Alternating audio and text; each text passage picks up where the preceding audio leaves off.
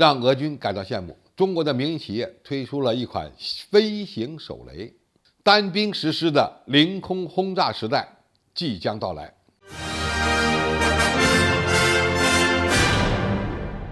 观众朋友，大家好，我是付强少。正在进行的俄乌冲突有一个非常明显的特点，那就是堑壕战。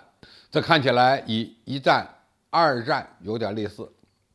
之所以出现这种情况，主要是坦克和装甲车为主的突击力量被反坦克导弹和火炮严重削弱。俄军为什么打不动乌军的防线？还有一个重要原因就是缺少前线火力支援飞机，也缺少精确制导弹药。而作战飞机执行近距离空中火力支援，又将面临着便携式防空导弹的威胁。所以，俄乌双方都缺少一种能够精确攻击敌方防御工事内部目标的武器。而且呢，这种武器还必须非常便宜，能够用得起。早在2021年，中国就推出过采用双旋翼飞行器结构的 CS-817 微型无人机，或者呢将其称为巡飞弹。这种武器呢不足1公斤重，飞行速度可以达到每秒18米，飞行时间15分钟。理论上，其攻击距离可以达到16公里。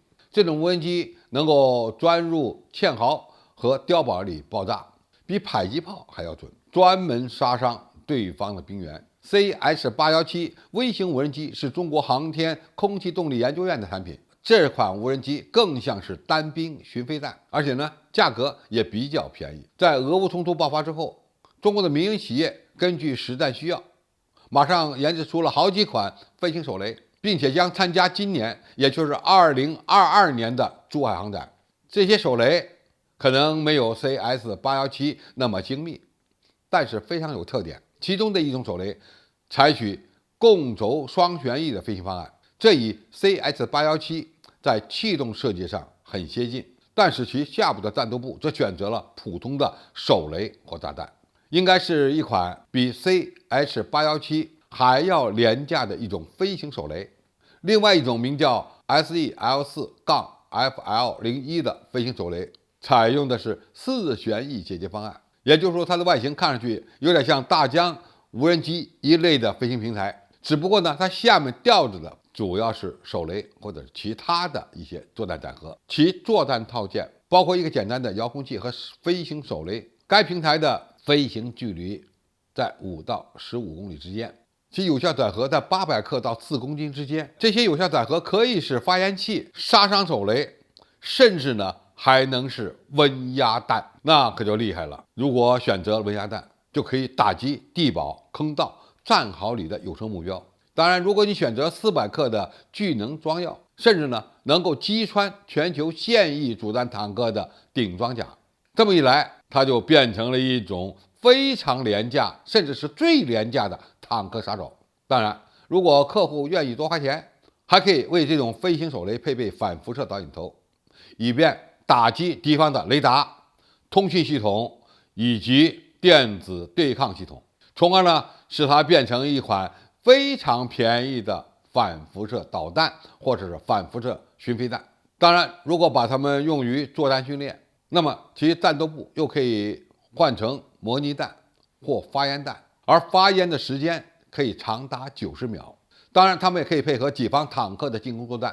有报道称，上述的飞行手雷的飞行时间呢，大概是15分钟左右，飞行高度呢5800米，飞行速度为每小时100公里。相比于伊朗的萨赫德136自杀式无人机，我们国家的民营企业所搞出的飞行手雷的爆炸威力可能要稍小一点，但是打击精度可不低，大概在3米量级。而且呢，它还能够抗6级风，具有防水防尘能力，使用温度呢基本上不受限，飞行时噪音极低，而且呢，它们的雷达反射截面也极小，对方的雷达也极难发现它们。一旦这种飞行手雷投入战场，我们的对手几乎没有什么好的有效的防御手段来对付他们。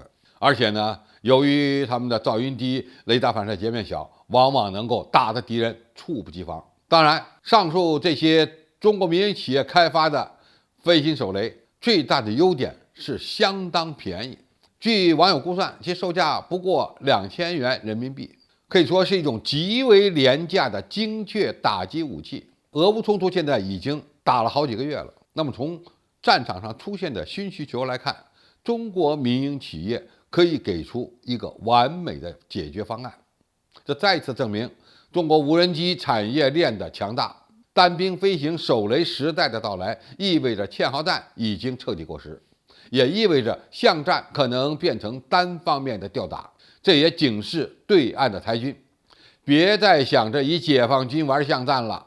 在解放军新指作战能力，特别是无人作战体系面前，任何抵抗都显得毫无意义。好，今天评述就到这里，谢谢大家收看，我们下期再见。